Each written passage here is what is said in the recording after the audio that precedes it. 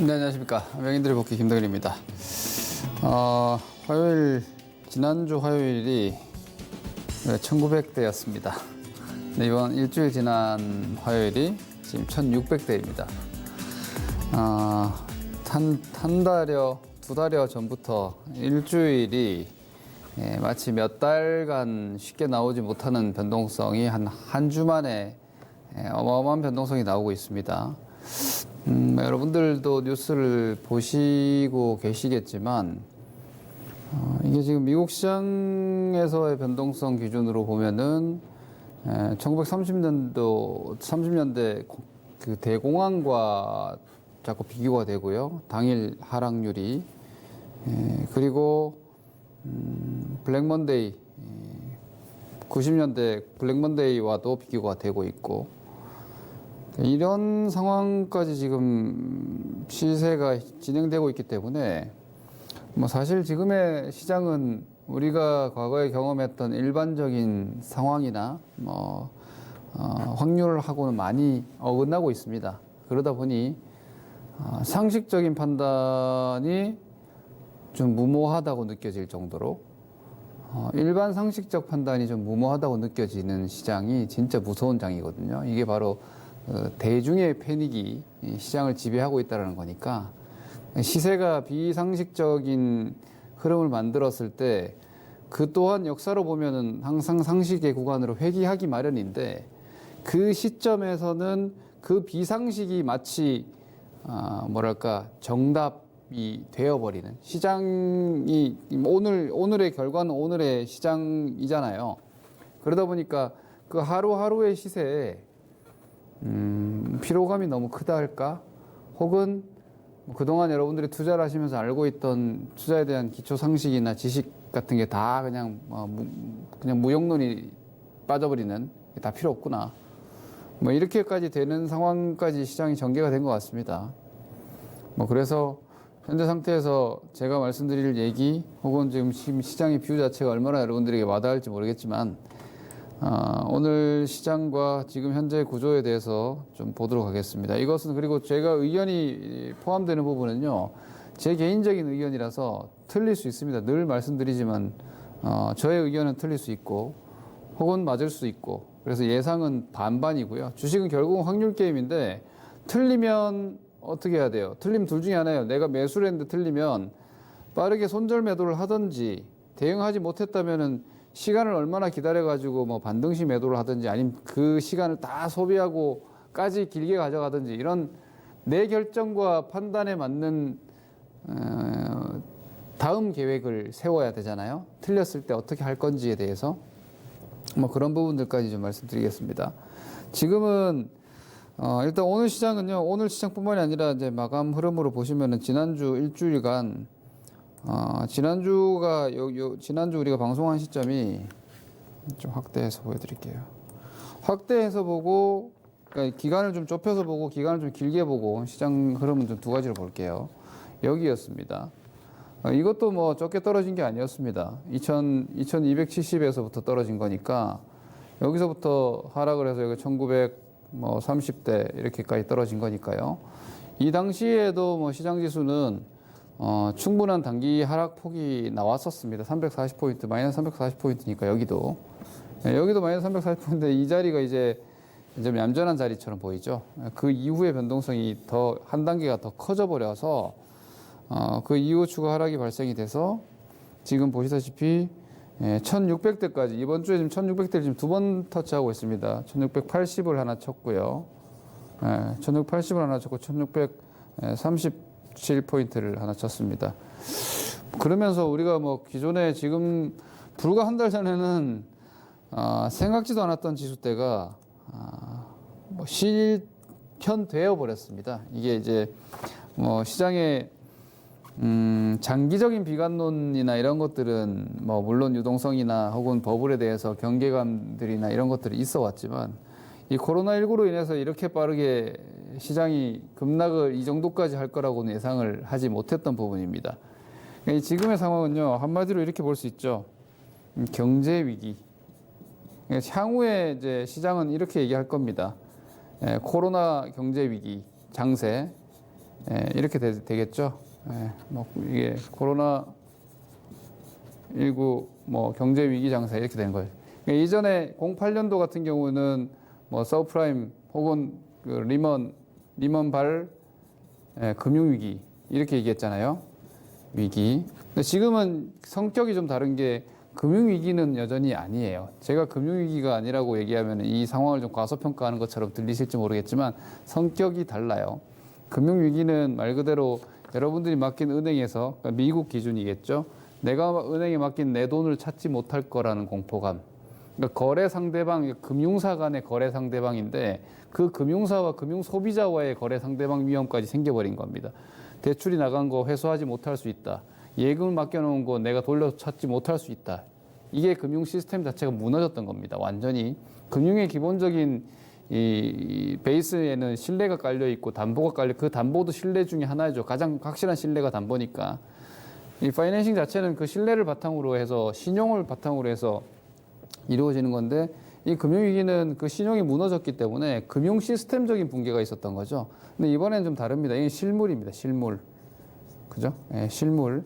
이 코로나19, 이번 코로나19로 인한 이번, 제대로, 말 그대로 우리도 그렇잖아요. 지금 외출하지 마라. 집에 있어라. 뭐, 어제 같은 경우에는 트럼프가 이런 얘기를 하면서 주식시장이 막판에 더 급락을 했는데, 뭐, 앞으로 한 보름 동안 10명 이상 모이지 마라. 그리고, 주식시장은 알아서 자생할 것이다. 그러면서 이 재정정책이나 이런 부분들에 대한 기대치를 낮춰버리는 트럼프가 당장 뭔가 카드를 꺼내지 않는 거 아니야 이런 우려감. 그리고 거기에 대해서 이제 생산이 1차적으로 중국에서 생산 문제가 생겼었죠. 그리고 이제 소비가 문제가 되고 있죠. 그리고 각 봉쇄가 지금 대단히 강하게 진행되고 있다 보니까 심리까지 위축이 돼 있죠. 그러다 보니 뭐 지금 중국에서도 오늘 같은 경우 산업 생산 지표가 엄청난 쇼크로 나왔습니다. 산업 생산 지표나 뭐 소비 지표 같은 것들이 뭐 예상대로 뭐 거의 쇼킹한 수치들이 계속 나오고 있는데 전 세계가 당분간 그럴 거라는 거예요. 그러니까 그런 데에 대한 공포감으로 이런 급락이 나오고 있는 겁니다. 그래서 지금의 상태에서 뭐 요즘 보면은 뭐 그 온라인 쪽에서도 항상 많은 사람들이 위기설을 얘기를 하는 게 이 금융위기를 자꾸 빗대서 얘기합니다. 금융위기에 빗대서.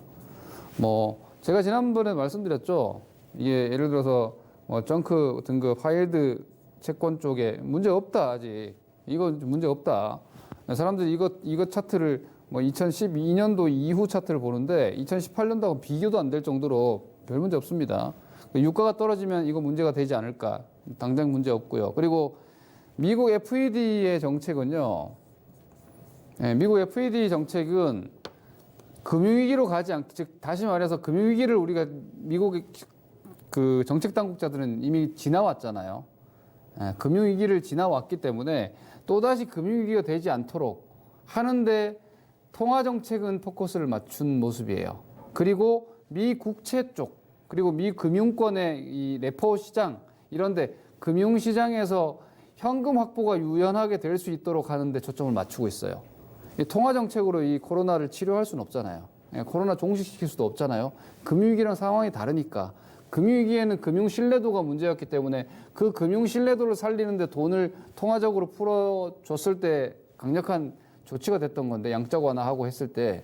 근데 지금은 그게 아니라 뭐 어제 그제 같은 경우에도 미국 국채 쪽에서 문제가 좀 되는 모습들, 현금 흐름이 제대로 만들어지지 않는 모습들이 나와서 그걸 이제 연준에서 계속해서 받아주면서 이제 황금성을 강화시켜 준 거예요. 이제 그런 쪽으로 계속 조치를 하는 것 같은데, 결국은 이 코로나19는 치료제가 나오든지 아니면 피크아웃이 되든지 해서 지나갈 거 아니에요. 그때까지 FED의 정책 초점은 버티기로 보입니다. 버티기. 그러니까 이게 지네들이 버티기가 아니고 미국 금융 소비자들이 혹은 미국 국민들이, 미국 금융권이, 미국 기업들이 버틸 수 있도록 유동성을 계속해서 부양이 아니라 지원하면서 가는 게 지금 이번 사태에서의 FED의 초점 내지는 목표로 보여요. 그래서 통화정책이 지금 크게 영향력을 발휘하지 못하는 거라고 이해를 하시면 되겠고요. 하지만 결국은 차후에는 이게 이제 코로나19의 확산세가 꺾이게 되면 어때요? 그러면은 이제 지금의 유동성은 이제 지원이 되는 거죠. 유동성 지원을 해서 버틸 수 있게끔 하는 게 현재 정책적인 목표라면은 이게 이제 코로나19 자체가 이제 바이바이 돼버리면 이게 치료제가 나오든 아니면은 이제 면역 체계들이 좀 더 보편화되고 하면서 피크아웃이 되든 간에 그렇게 되면 이게 유동성 지원에서 유동성 부양으로 넘어가는 거죠. 왜냐면 이 돈이 풀려 있는 것을 즉시 회수하지는 않을 거란 말이에요. 그러니까 이게 버티기 지원해서 이제 포커스 자체가 부양 쪽으로 다시 넘어가는 거예요. 왜냐면 유동성 시장이 풀려 있는 거니까. 지금은 막 경제 활동을 제대로 하지 않는 동안 버텨내기 위한 지원인데 이 코로나19가 빠져나가게 되면 이제 경제 활동이 정상화될 거 아니에요. 거기서 이 유동성은 차후에는 부양이 될 텐데 우린 중요한 거는 우리도 마찬가지입니다. 주식시장 투자자들이 이 상황을 지금 버텨야 되는 거예요. 이 상황을. 예. 미국의 우리나라는 지금 코로나 피크아웃이 좀 되고 있잖아요. 유럽 쪽에서 들어오고 있는 유학생들이나 이런 쪽에서 확진자가 계속 늘고 있는데 그건 지금 입국 조치를 좀 더 강화한다는 얘기도 나오고 있고 우리가 이제 한 달여 국내 31번 환자가 신천지 쪽에서 문제가 되면서 급속도로 확산되기 이전 상황으로 지금 우리는 가고 있죠. 그리고 실제로 보면은 이제 실외, 교외로는 돌아다니는 분들이 좀 많아지기 시작했고 실내로 들어갈 때 마스크를 국내는 아주 엄격하게 지금 착용을 하고 있고 그리고 사회적 거리두기 같은 것들이 본인의 건강과 연결되니까 우리나라 같은 경우는 오히려 좀 지금 코로나19가 어찌 보면 공포감이 조금씩 좀 사그라들고 있지 않습니까? 그러다 보니까 우리 시장에서는 변동성이 해외 쪽보다는 크지 않고요. 이 변동성이 미국이나 이런 쪽, 미국이 지금 심하고 독일, 유럽 쪽이 특히 심하죠. 이탈리아, 스페인, 독일 40% 떨어졌습니다, 여러분. 한 달 동안 마이너스 40%입니다. 이건 일반적으로 있을 수 없는 하락률입니다. 이거 어느 수준에 대한 반영이냐면 이건 말 그대로 공황 상태입니다. 경제 공황에 가까운 하락률이거든요. 그러니까 한 달간 독일 기업들의 혹은 한 달간 미국 기업들의 한 달간 한국 기업들의 전체적인 경제적 가치가 30% 레벨 다운, 40% 레벨 다운 됐다라는 것은 특히나 40% 이탈리아 같은 경우는 50%까지 왔는데요. 이건 무슨 말이냐? 기업들의 가치가 반토막 날 수 있나요? 아니죠. 이건 어떤 의미일까요, 여러분? 이 코로나19로 인한 지금 현재 1개월, 우리나라 같은 경우 1개월 지났죠. 1개월에서 2개월, 향후에 이제 완전히 종식이 되는 데까지는 좀 시간이 좀 더 걸릴 수도 있겠죠. 어제 같은 경우 트럼프 같은 경우 7월, 8월 얘기도 했잖아요. 그 기간 동안에 아주 긴축적으로 기업을 운영할 수밖에 없고, 가게도 역시 마찬가지 긴축적으로 운영할 수밖에 없고, 경제 활동이 제대로 되지 않는 데 대한 단기적인 데미지입니다. 그런데 이게 과연 이 40%나 50%의 하락률이 고착이 될 것이냐, 이건 다른 문제가 되죠. 그래서 지금의 급락세가 계속될 수는 없어요. 계속될 수는. 여기도 과매도다, 여기도 과매도다. 그죠? 이거 고장난 시계처럼, 그죠? 시계가 계속 안 맞아요. 여기도 과매도라고 봤는데, 여기도 과매도라고 봤는데 또 떨어집니다. 근데 결국은 한 바퀴 돌아서 다시 온단 말이에요. 과매도기 때문에 내려갔다가 다시 올라오는 구간이 있을 것이고, 지금 차트가 잘 안 먹힌다라고들 얘기를 많이 하는데요. 차트가 안 먹히는 게 아니라 차트가 대단히 과격한 겁니다. 독일입니다. 자, 독일 차트가 안 먹히는 게 아니고요. 이 독일 차트를 제가 오늘은 준비한 내용이 아니라 이게 더 중요하니까 한번 보여드릴게요, 여러분. 이 독일 차트를 제가 한번 뒤집어 봤습니다. 거꾸로 보기를 되게 우습게 생각하시는 분들이 가끔 있던데, 이게 이제 독일 지수 인버스 정도의 그림이 되겠네요. 자, 이거 여러분 어떻게 보이세요? 급등 차트죠. 그죠? 예, 급등이니까 인버스 지금 역상 차트니까 이거는 급락하고 있는 지금의 상황에서 기술적인 그림이나 흐름을 좀 냉정하게 봤을 때 이렇게 나와요. 자, 이거 여러분 어때 보입니까? 거래량 위에서 터지고 있어요. 그죠? 충분한 아주 가파른 급등 이후에 위에서 거래량이 터지면서 위쪽에서 꼬리가 나오고 있고 갭이 한 방, 두 방, 세 방 이상 났다, 네 방까지 났다. 과열이에요. 그죠? 예, 분명한 과열이에요. 역상이니까 지금 유럽, 미국 다 마찬가지입니다. 이금 이 뒤집기 차트로 미국 그림 한번 볼까요? S&P 500 지수 한번 봅시다. 마찬가지입니다. 미국 S&P를 뒤집어 봤을 때 이것도 급등 차트죠. 근데 이게 역배열로 있다가 역배열 급등은 어떻게, 상식적으로 역배열 급등은 어떻게 되느냐면 이게 정배열이 진행되는 데까지 확인하는 데까지 기간 조정이 나옵니다. 네, 이것도 마찬가지입니다. 갭 상승을 동반하고 미국 상식적이지 않죠. 12% 변동성이 막 나오고 이럽니다. 그죠? 이게 우리가 지금 얘기 나오는 게 대공황 당시 변동성 얘기하고 있고요. 그리고 블랙먼데이 얘기하고 있죠. 그죠? 이 대공황 당시 시점이 지금 90년 전이고요. 블랙먼데이가 30년 전입니다. 그럼 90년 전, 30년 전과 비교할 수 있는 변동성이 절대로 상식적인 수준이 아닌 거죠. 일반적인 수준이 아닌 거죠.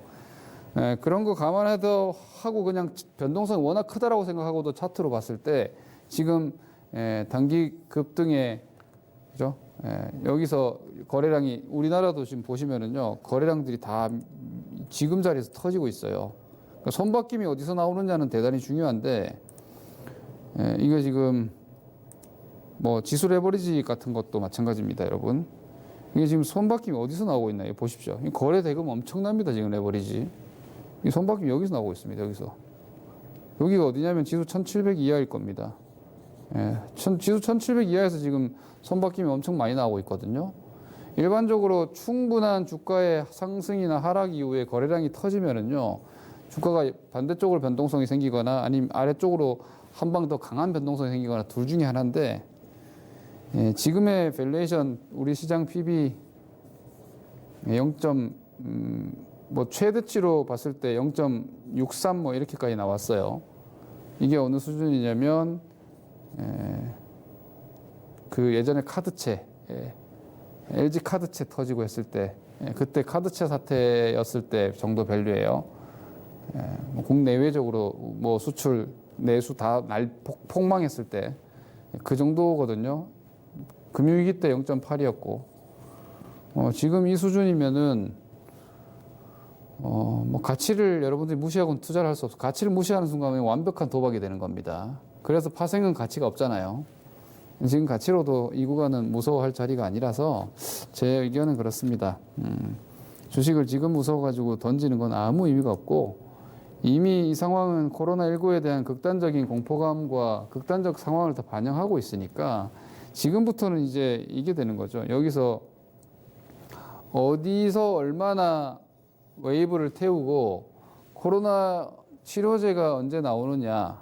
그리고 치료제가 나오기 전이라도 피크아웃이 언제 되느냐. 글로벌 금융시장이나 혹은 전 세계적으로 이 코로나19에 대한 공포가 이제 언제 진정이 되느냐. 봉쇄 조치가 어느 시점부터 좀 완화가 되느냐인데 결국은 뭐 예를 들어서 이탈리아가 확진자 증가율이 조금 낮아지고 있어요. 우리나라 지금 완전히 꺾인 시점에서 이란이랑 뭐 이탈리아부터 시작해서 그리고 지금 미국 넘어갔고 독일, 스페인 이렇게 프랑스 이렇게 넘어갔잖아요. 그러니까 시간차가 조금씩 있었잖아요. 우리나라랑 중국이랑 보면 거의 그 시간차가 비슷하게 맞아요. 이걸 이제 이탈리아, 이란도 지금부터 살짝 꺾일 수 있는 시점에 온단 말이에요. 그 당분간 뭐 미국이나 독일, 프랑스 이런 쪽은 앞으로 한 2주 정도 급격하게 늘어날 거예요.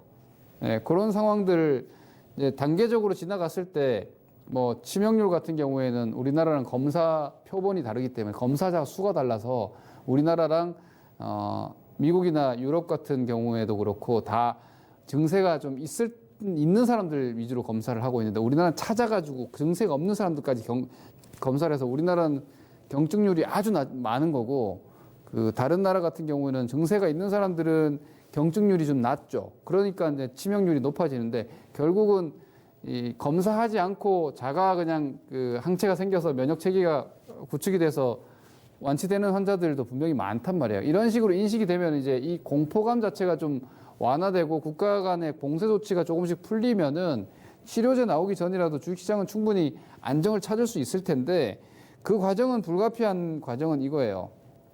이 정도 충격을 받으면 경제적으로도 필요하지만 주식시장의 수급적으로도 과정이 필요해요. 예, 다시 뭐 예를 들어서 이번에 시장이 위에서 뚝 떨어졌잖아요. 그냥 뚝 떨어졌기 때문에 쉽게 말해서 메이저들도 주식을 내려가면서 팔았단 말이에요. 내려가면서. 그럼 다시 시장이 안정이 되고 이 코로나가 지나가면 결국 부양 스탠스잖아요. 경기 부양적 포지션이지 않습니까? 거기서 메이저들이 다시 주식을 사야죠. 외국인도 주식을 다시 사야 되고. 그 외국인들이 다시 올려가면서 이렇게 사지는 않을 테니까. 그래서 결국은 이번 급락세는 이런 식의 향후 수렴이나 이건 뭐 불가피해요. 월봉 구조로 잠깐 보면은 이렇게 되겠죠. 지금 월봉이 완전히 망가진 듯 보이는데요. 우리나라 월봉이 망가진 듯 보이지만 완벽하게 망가지지 않았어요. 왜냐? 여기 살아있죠. 그죠? 네, 여기가 살아있어요. 이 자리가 코로나19로 인한 조정으로 이렇게 마무리가 되고 여기서 잡아주면 중장기 수렴 자리가 이 자리니까 이 자리 회복하면은 뭐 이건 이렇게 되면 올해 하반기나 내년으로 넘어가는 자리가 될 수 있는데 완전히 그림이 다 부러지진 않았어요. 지금 뭐 대세가 무너졌다 이런 얘기들이 나오는데 큰 대세는 안 무너졌어요. 예, 미국도 보시면은요. 미국 지금 다시 정차트로 보여드릴게요. 예, 역상 끝내고 미국 월봉으로 잠깐 한번 보여드리겠습니다. 이게 S&P 지수의 월봉 흐름인데요. 여기가 금융위기거든요. 이렇게 그어보세요. 이렇게. 지금 여기 딱 떨어지죠. 보세요. 아까 우리나라 저 400포인트대에서 마찬가지 여기 저점, 여기. 이거 아직 안 깨졌어요. 이번 폭락이 이 정도에서 일단 최대치 피크는 이 정도 치고 뭐 몇 개월 동안 여기서 이렇게 놀아도 사실 큰 흐름은 괜찮아요. 그리고 유동성 부양 가면은 다시 또 드라마가 써질 수도 있어요. 그러니까 여러분들이 투자를 포기할 이유는 없고 밸류도 너무 낮고 뭐 그렇기 때문에 지금은 뭐 버틸 필요가 있다 이렇게 보시면 되겠습니다. 제가 정리한 내용들 그냥 말로만 쭉 읽어드리고 마무리하겠습니다. 일단 종목들 위주로 간단하게 정리를 해드리면은요. 일단 시장 급락에도 그 코로나19로 인한 피해가 큰 종목들이 좀 무겁고요. 그에 대한 피해가 별로 없거나 오히려 수혜가 되는 종목이 지금 좀 가볍습니다. 수혜가 되는 종목은 대표적으로 5G. 5G는 아시다시피 전 세계 인프라가 이 유틸리티에 들어가지 않습니까? 통신 인프라니까. 지금 재정적인 부양이 나오게 되면 실제로 캐시플로우 현금 꽂아주는 방식의 부양도 나오겠지만 중국의 예를 보면 SOC 투자 반드시 나옵니다. 근데 그 SOC가 옛날처럼 전통적으로 땅 파고 뭐 다리 얹고 뭐 도로 까는 게 아니라 지금 제일 첫 번째로 투자가 필요한 쪽이 다 통신 5G 인프라란 말이에요. 그러니까 오히려 코로나19 때문에 이 5G 투자가 빨라질 수 있어요. 그래서 5G가 지금 여러분들 시세 보시듯이 상당히 강하게 움직이고 있고, 그리고 그 핀테크로 인해서 뭐 핀테크 같은 것들 이제 다들 이제 자택 기거를 하게 되니까 전 세계인들이 온라인 쇼핑 빈도도 많아지고 거래액도 늘어날 거고, 그죠? 그러다 보면 이제 메모리도 그러니까 이제 서버 메모리가 늘어나니까 반도체도 차후에 다시 또 업황이 개선이 되니까 반도체, 그리고 그와 관련한 전자결제, 모바일 결제, 핀테크 쪽, 이런 쪽이 지금 가장 선방을 할 수밖에 없어요. 그리고 반대로 뭐 금융주, 지금 금리 계속 낮추고 있고, 그죠? 유동성 부양을 함으로 인해서 예대금리도 약해지고 금융 시장의 불안정성도 있으니까 금융주, 그리고 유가 급락으로 인해서 이렇게 된 플랜트가 다 지연이 되는 거니까 뭐 조선주, 건설주, 소재주, 유가 빠지면은 뭐 철강제 가격도 빠지고 기본적인 비철금속까지 가격이 다 다운 밸류가 형성됩니다. 그렇기 때문에 소재주, 근데 이런 것들은 지금 제일 무거워요. 하지만 이것도 결국은 코로나19 지나가지고 경기 부양 쪽으로 가게 되면 이제 회복 완화가 될 테니까 장기적으로는 문제가 없겠지만 그런 종목 특성이 좀 있으니까 거기에 맞춰서 장단기 전략을 좀 수렴해서 보시고요.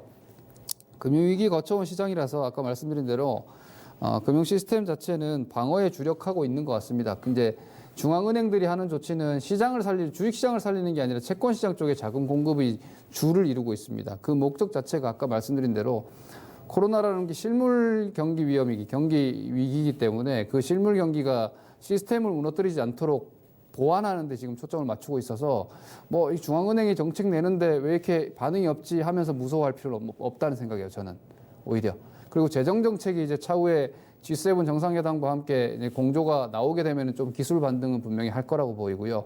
하지만 코로나19가 시간이 필요하니까 그 기술 반등 했다가도 뭐 여러 가지 불협화음들이 중간중간에 있을 수 있죠. 시간은 앞으로 뭐 짧으면 한 2, 3주, 길면 한 두어 달 정도의 시장 변동성은 좀 불가피하니까 거기에 맞춰서 대응 가능하신 분들은 하시고요. 대응 못한다 하는 분들은 하반기까지 기다리면 이건 지나간다라고 저는 여전히 봅니다. 그렇게 보시면 되겠습니다. 일단 코로나19 이후에도 좋을 수 있는 종목 집중하시고요. 그리고 낙폭 과대한 가치주들 다 장기 투자 가능하니까 가지고 있는 분들 버티는 게 맞다는 생각입니다. 힘든 시장 화이팅 하시기 바랍니다. 여러분 다음 주에 뵙겠습니다. 감사합니다.